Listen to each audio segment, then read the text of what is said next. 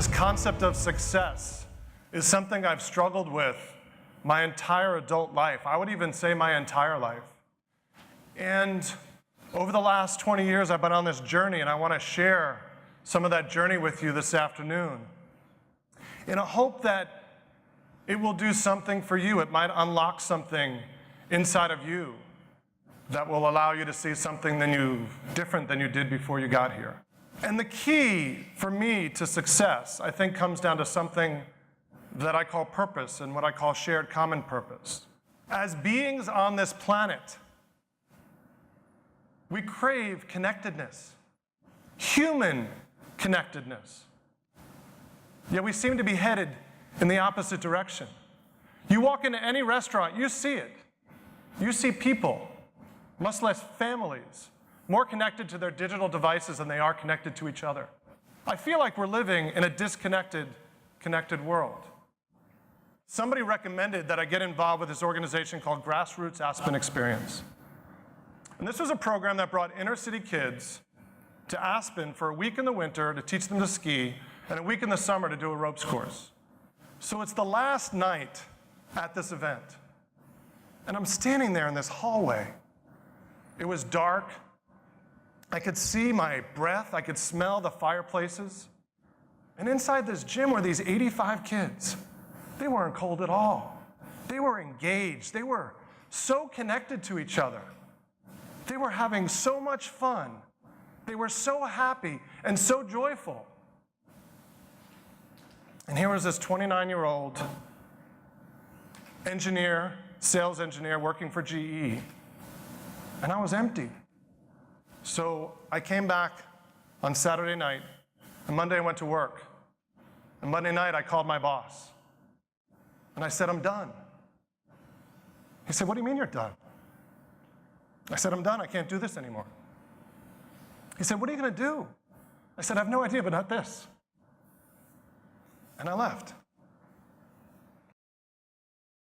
And within a year, we published this book, and I sent it out to all these different people.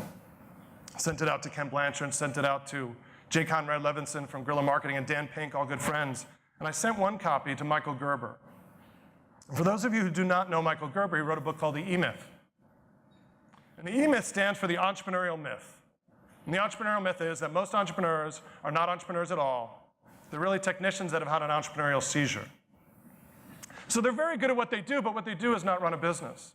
So Michael Gerber says, I like your book.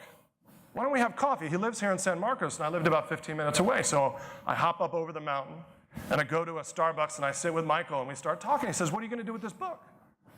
I said, well, I've sold a bunch pre-sold. We sold about 1,000 books within the first couple of months. And I said, you know, I just moved to San Diego 9 months ago.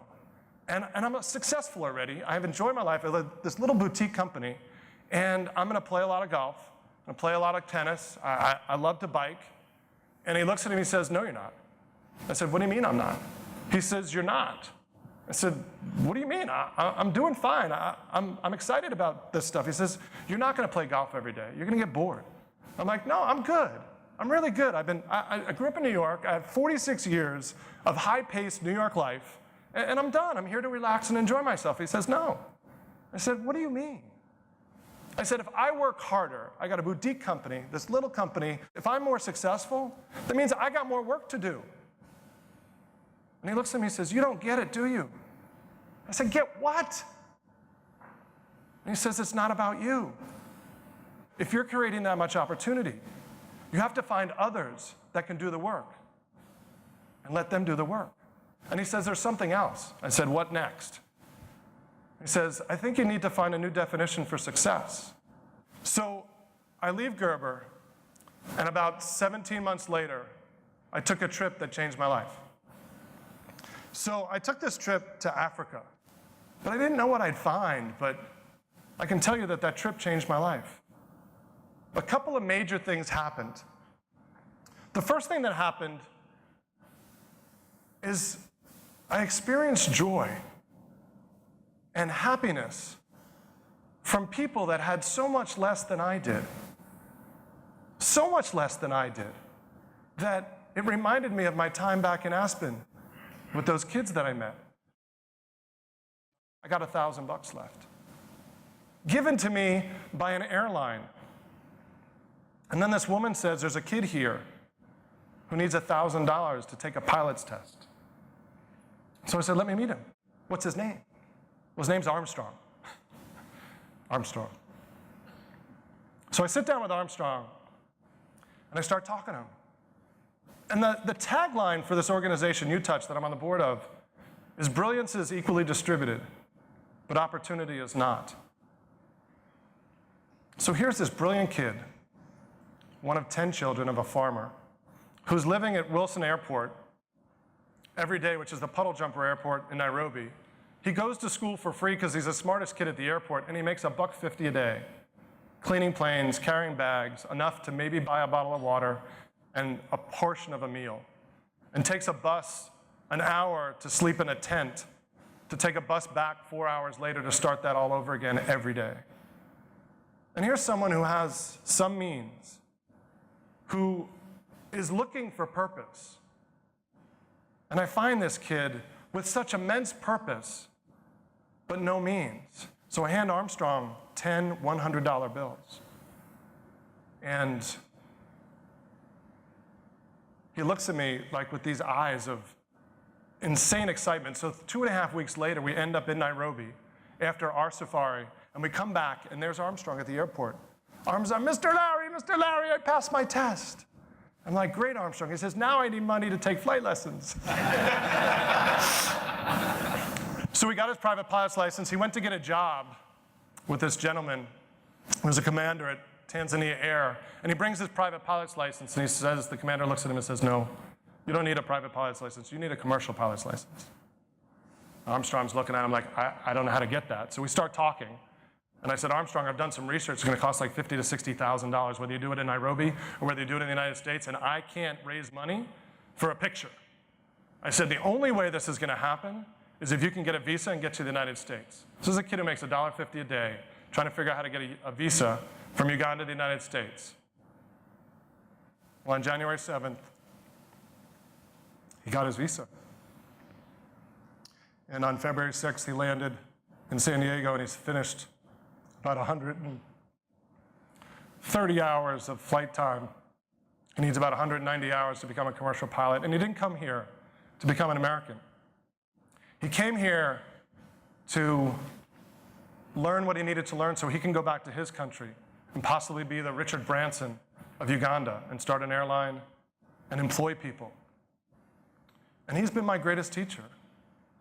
I would say Armstrong and my 2 children have changed my life. And Armstrong's here today, and I want to thank you personally.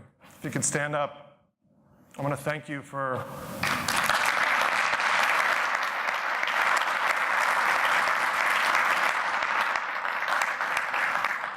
Armstrong has taught me more about determination and drive and the will to succeed than anybody I've ever met in my life. What does success really mean? The first thing is you have to define it, or you'll never get there wherever there is.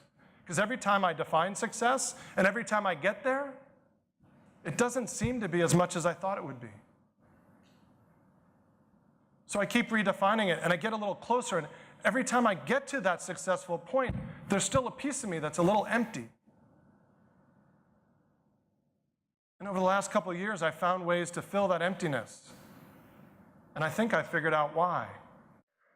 And it starts with this concept of what is a life. Our life is made up of our family, our friends, our health, our faith, and our business, and our finances, and a bunch of other things that make up the puzzle of our lives.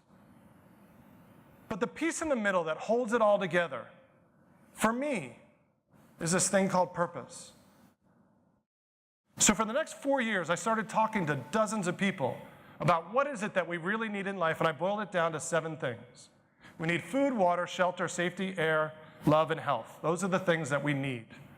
And then I was sitting with a woman, because I was talking about this TED Talk, and she said, Larry, you're missing a need.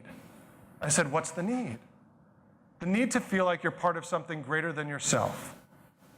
And I was like, oh my God, that's exactly what I noticed when I spent time with those kids in Aspen and the people that I met in Africa. It was about being part of something greater than oneself.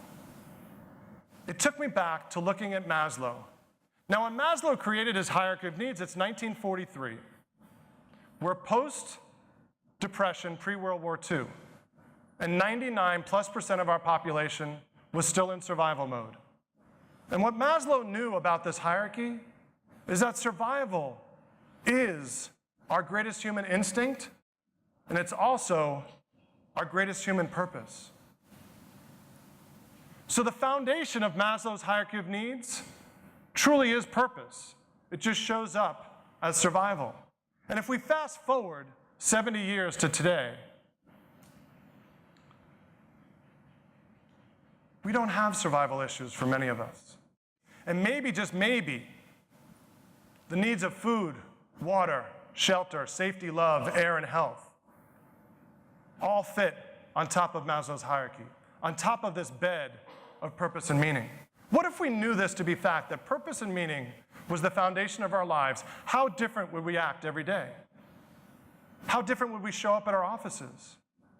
How different would your life look? It starts out with understanding what you need, not what you think you need.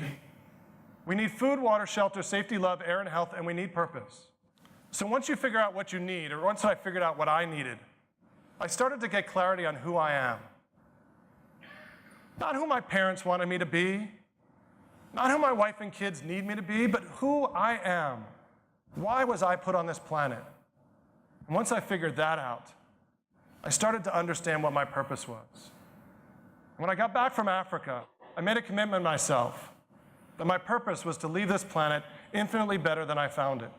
So my focus today around Success Redefined and everything that I'm working on is to help people that have made a living, a good living, understand that there's more to life than the next big house or the next big car or that beautiful boat, that giving back, that affecting a life like Armstrong's, changing someone's life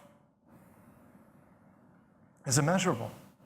And it's not just his life, because he's going to go back to his country and he's going to change other people's lives. If you were to Uganda and you understand the lack of transportation in Uganda, being a pilot is a huge opportunity.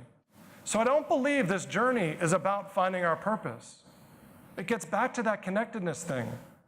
At the beginning I said we live in the most technologically connected time in human history, but what we really need is human connectedness. And the deepest sense of human connectedness is when you connect around purpose. Because what happened for me is when I spend time with people that have shared common purpose, is that's where I get my joy. 22 years ago, I defined success as the ability to do what I want whenever I want to do it. It worked for me really well, because it allowed me to say, if I'm trying to make more money, will that help me in my definition of success? And whenever it was about making more money, I slowed down and I tried to enjoy my life for the freedom that I wanted. And then I went to Africa. And when I got to Africa and I got home and I realized that it wasn't about success anymore, it was about significance. And I can tell you that 2.5 years later, after that trip to Africa, that success without significance, to me, really isn't success at all.